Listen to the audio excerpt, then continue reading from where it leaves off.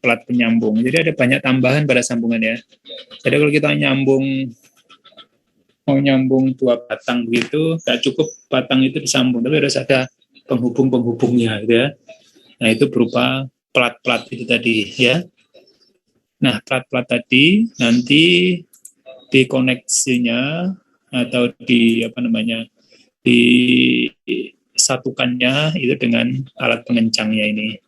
Bisa pakai baut atau bisa pakai las gitu ya. Jadi 2 alat ini. Gitu ya. Jadi ini harus ini. Sudah pernah lihat sambungan sebelumnya?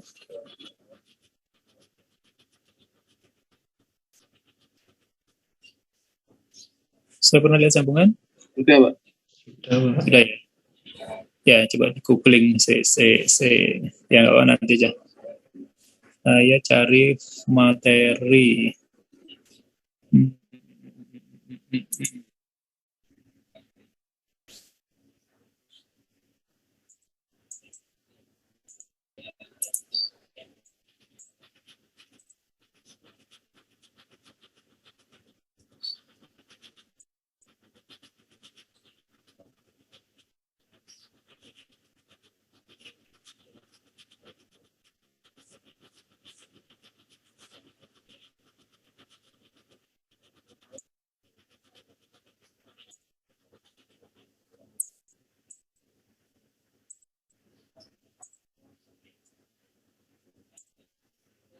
Kelihatan ini share screen saya? Halo? Screen-nya di PowerPoint, Pak Wasian. Oh, PowerPoint. Oke, ntar.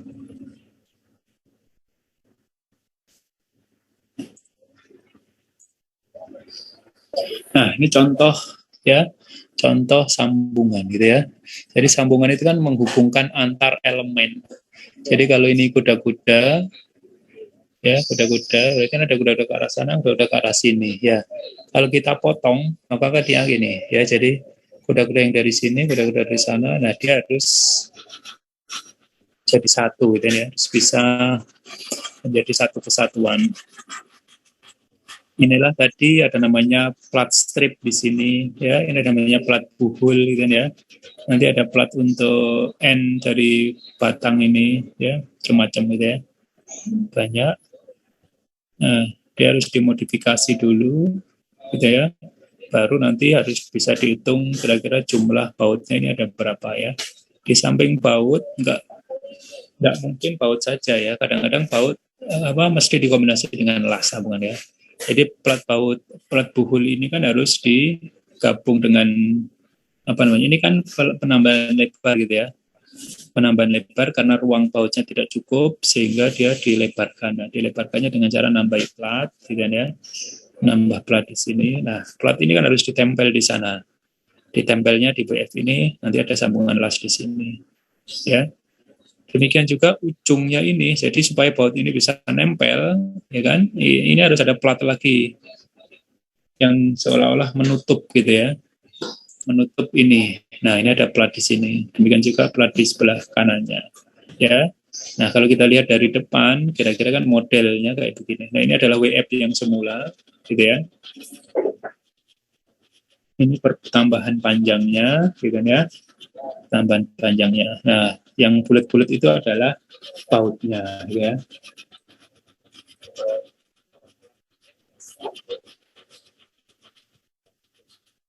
Ya, nah ini yang hitam-hitam ini, ya, di sini harusnya ada juga. Ini adalah las, ya, jadi las.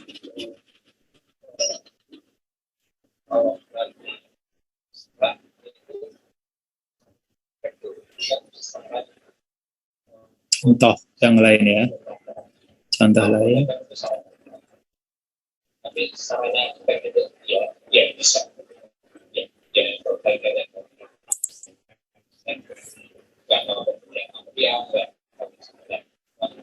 Gitu ya. Ini ya jelas ya contoh sambungannya.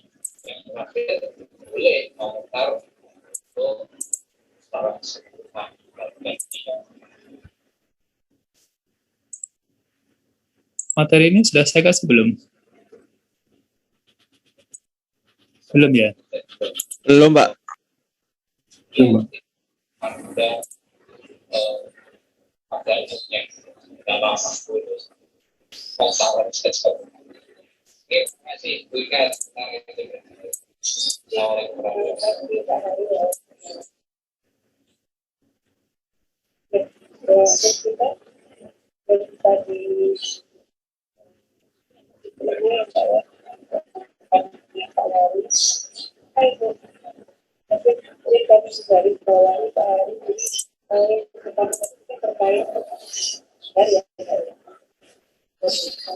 Ya, itu materinya sudah saya share.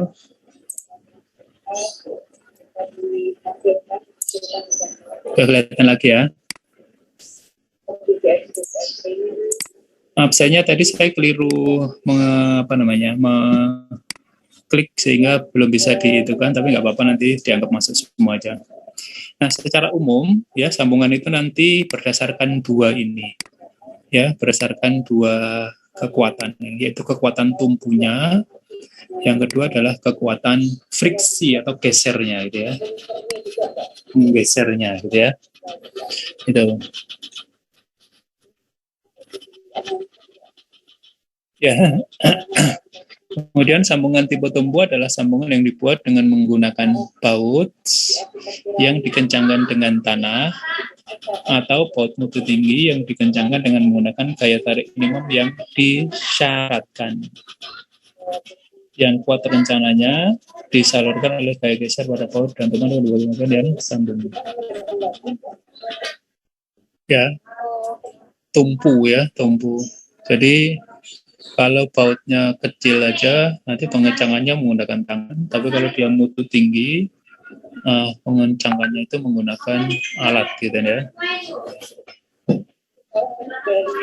Untuk friksi, yaitu sambungan yang dibuat dengan menggunakan baut mutu tinggi yang dikencangkan untuk menimbulkan tarikan baut minimum yang disyaratkan sedemikian rupa sehingga gaya gesernya disebutkan jepitan. Ya, ini kata kuncinya jepitan ini, yang bekerja dalam bidang kontak dan gesekan yang timbul kontak dengan bidang-bidang kontak. Ya, jadi kata kuncinya ini. Jadi supaya dia menggesek, gitu ya. Oke, saya sebentar ya, silahkan dibaca. Saya break sebentar ya, silahkan dibaca yang disambung. Jadi dia kaku. Deformasi titik tumpul harus sedemikian rupa sehingga tidak terlalu berpengaruh terhadap, ya, distribusi gaya maupun deformasi secara keseluruhan. Kata kuncinya ini, dia sangat nggak boleh ada pergerakan ya, nggak boleh ada deformasi, gitu ya. Kalaupun ada, ya kan, ya dia dibatasi, ya kan ya, dan dia tidak boleh mempengaruhi distribusi gaya maupun deformasi secara keseluruhan dari sambungan, gitu ya. Jadi kaku, benar-benar rigid, kaku, gitu ya. Atau kalau kita idealisasikan seperti jepit, gitu lah. Jepit itu kan kaku, rigid ya, nggak boleh ada pergerakan ya kalau perletakan jepit. Yang kedua adalah sambungan semi kaku, ya kan. Sambungan semi kaku itu tidak memiliki kekuatan yang cukup ya untuk mempertahankan sudut-sudut antara komponen struktur yang disambung. Ya, pada sambungan semi kaku, perhitungan kekuatan, penyebaran gaya, dan deformasinya harus menghasilkan atau harus menggunakan analisa mekanika yang hasilnya didukung oleh percobaan eksperimental. Jadi ini syaratnya lebih sulit, gitu ya, lebih sulit. Karena kita harus tahu pasti seberapa level ketidakkakuannya, ya, atau berapa perubahan sudut-sudutnya, atau kalau ada deformasinya sampai berapa, gitu ya. Nah itu harus bisa terlihat, ya, atau terdefinisi, ya. Nah buktinya ya harus ada eksperimentalnya. Ini yang sulit gitu ya. Yang ketiga adalah sambungan sendi. Nah, sendi, kalau sendi kan berarti sama seperti asumsi sambungan yang dulu apa namanya perletakan yang dulu kita pernah belajar, ya kan? Sambungan pada kedua ujung komponen struktur dianggap bebas momen. Jadi momennya tidak bisa ditahan oleh sendi, kan ya? Hanya pergerakan arah horizontal dan vertikalnya ya, momennya tidak ada yang megang, gitu ya. Nah, sambungan sendi harus dapat berubah bentuk agar memberikan rotasi yang diperlukan pada sambungan. Ya. Sambungan tidak boleh mengakibatkan momen lentur terhadap komponen struktur yang disambung. Detail sambungan harus mempunyai kemampuan rotasi yang cukup, gitu ya. Jadi kata kuncinya itu karena dia nggak mampu memikul momen, dia harus bisa berrotasi ya. Jadi boleh mengalami perubahan bentuk ya. Ya, dan yang paling penting detailnya nanti harus betul. Jangan sampai kita mengasumsi dia sambungan sendi, ternyata masang bautnya itu semi sendi gitu, atau bahkan jepit gitu ya. Karena kalau sambungan jepit ya, kalau secara perhitungan momen gitu ya, gayanya pasti lebih besar daripada sendi gitu ya. Jadi kebutuhan jumlah bautnya akan besar ya. Jadi jangan sampai salah ini ya, jangan sampai salah menempatkan posisi bautnya gitu ya, sehingga nanti karena salah posisi maka malah dia akan timbul momen gitu ya, yang harus dipikul oleh sambungan. Oke, sampai di sini ada yang mau bertanya terkait dengan tipe sambungan?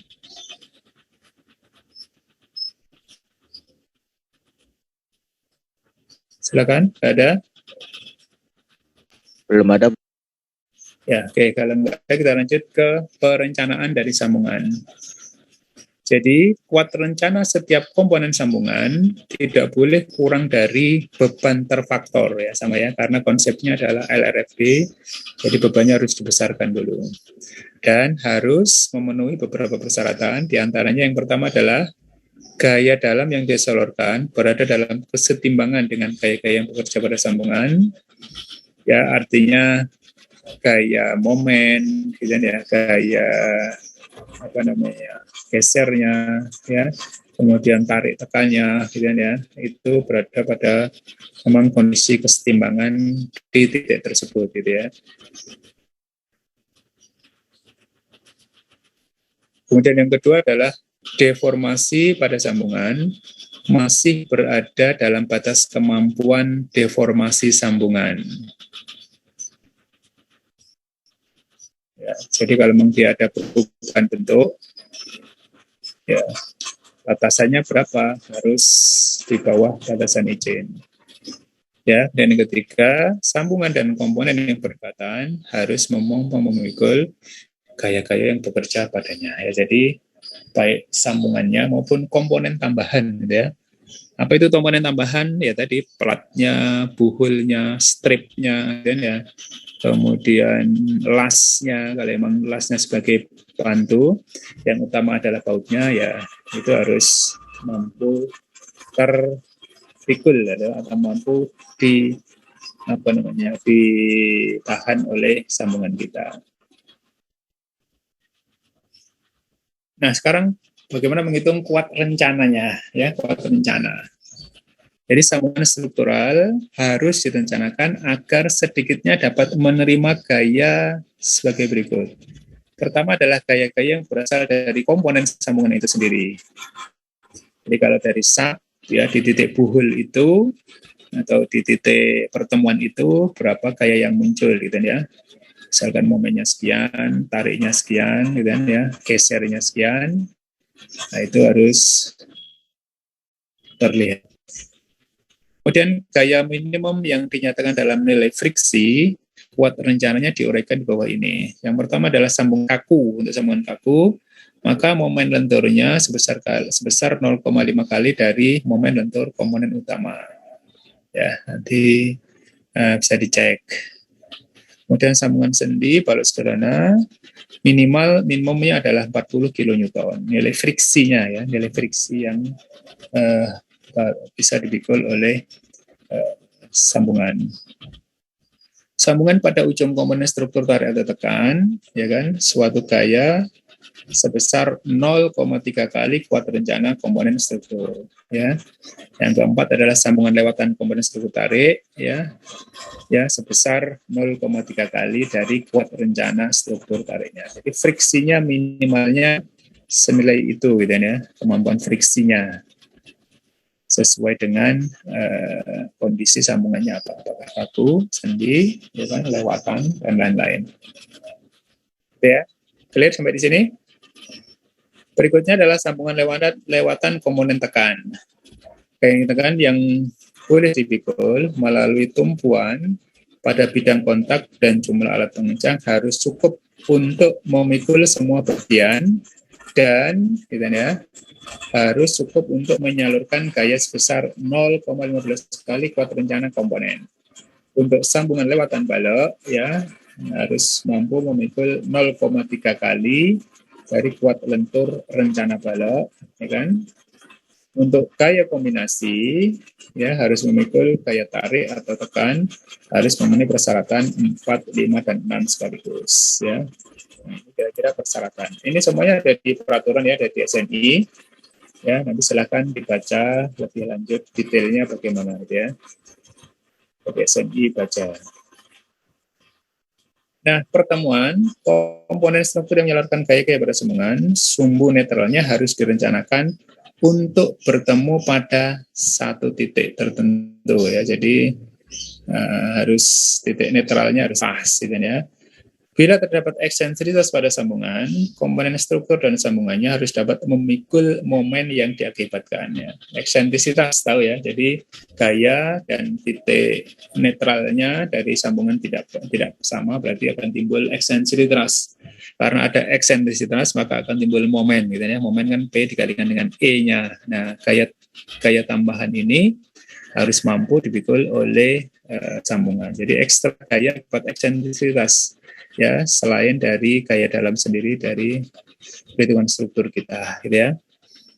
Nah, pemilihan alat pengencang, ya, bila sambungan memikul kecut, ya, beban kecut, beban getaran, atau tidak boleh slip, maka harus menggunakan sambungan tipe friksi, ya, dengan baut mutu tinggi, ataupun kalau ini langsung dilas saja, gitu ya. Tanpa baut langsung dilas ya, utamanya beban getaran ya. Getaran kan ada tidak itu bahaya. Kalau mutu bajanya atau mutu bautnya biasa saja ya. Harus baut mutu tinggi atau sekaligus sekalian dilas saja. Nah, sambungan kombinasi ya kan, bila digunakan pengencangan tanpa slip ya, baut mutu tinggi dalam sambungan tipe friksi atau las, berarti ini tanpa ada plat sambungannya bersama dengan pengencang jenis slip, ya kan, dari baut dan lain-lain dalam satu sambungan, maka semua beban waktu harus dapat dipikul oleh pengencangan tanpa slip. Akan tetapi, apabila digunakan pengelasan dalam sambungan bersama-sama dengan pengencangan slip, maka setiap gaya yang mulai bekerja langsung pada las tidak boleh dianggap turut dipikul oleh pengencang. Ditambah setelah bekerjanya gaya tersebut, ya, setiap gaya bekerja harus jamun dipikul oleh las, gitu ya. Itu intinya, gitu ya.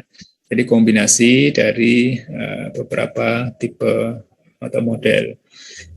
Yang berikutnya adalah gaya ungkit, baut yang dirancangkan untuk memikul gaya tarik harus memikul setiap gaya tarik, ya, tambahan akibat gaya ungkit yang terjadi akibat komponen melenting, gitu ya. Jadi ada gaya tambahan akibat terungkit, gitu ya. Bukan hanya rahasia yang bisa diungkit, gitu ya, tapi sambungan juga bisa melenting, gitu ya. Karena ya itu tadi, karena model gaya yang macam-macam. Ya, komponen sambungan terdiri atas pelat pengisi, pelat tuhul, pelat pendukung dan lain-lain di samping baut dan lasnya. Ya, kemudian pengurangan akibat luas baut, ya luas lubang digunakan adalah luas penuh, ya kan.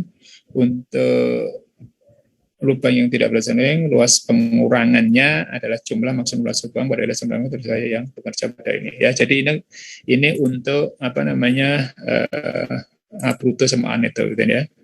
Jadi ini tentunya harusnya sudah diakomodir pada saat menghitung kemampuan penampangnya. Ya, ini untuk lubang yang berselang-seling gitu ya.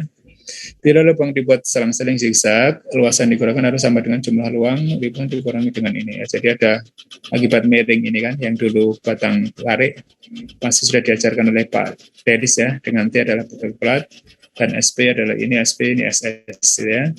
Untuk plat siku dengan lubang kedua kaki, SG diambil sebagai jarak tepi plat. Ini SP, ini SP1 ya. Seperti ini. Oke, mungkin hari ini cukup sampai di sini aja dulu ya.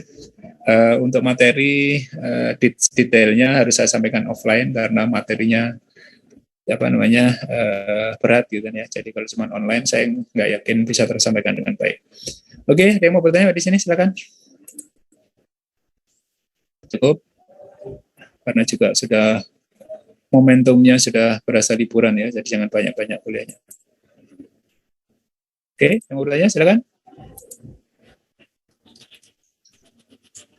Permisi Pak. Ya. Untuk tugasnya yang kemarin bagaimana Pak? Belum dikumpulkan. Saya siapkan mumpung ingat.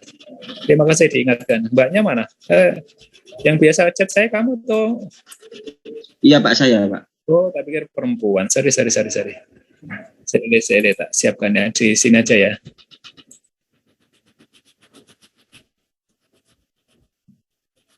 Tak taruh di yang terakhir ya, kuliah ke-10 ya. Iya Pak. Nanti tugasnya dikumpulkan di sini. Dalam bentuk file semua toh? Di PDF aja. Iya Pak. Terima kasih Pak. Ya.